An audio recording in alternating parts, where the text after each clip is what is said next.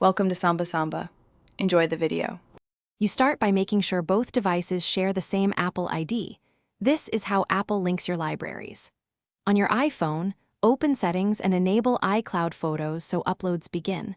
On your Mac, open System Settings and turn on iCloud Photos too.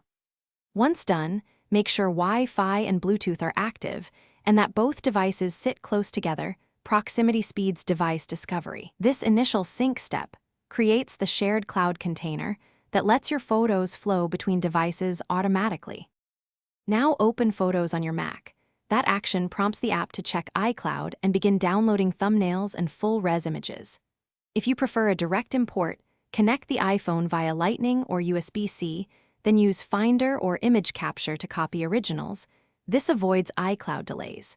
Make sure to watch the status bar in Photos or the System Settings iCloud pane to confirm progress.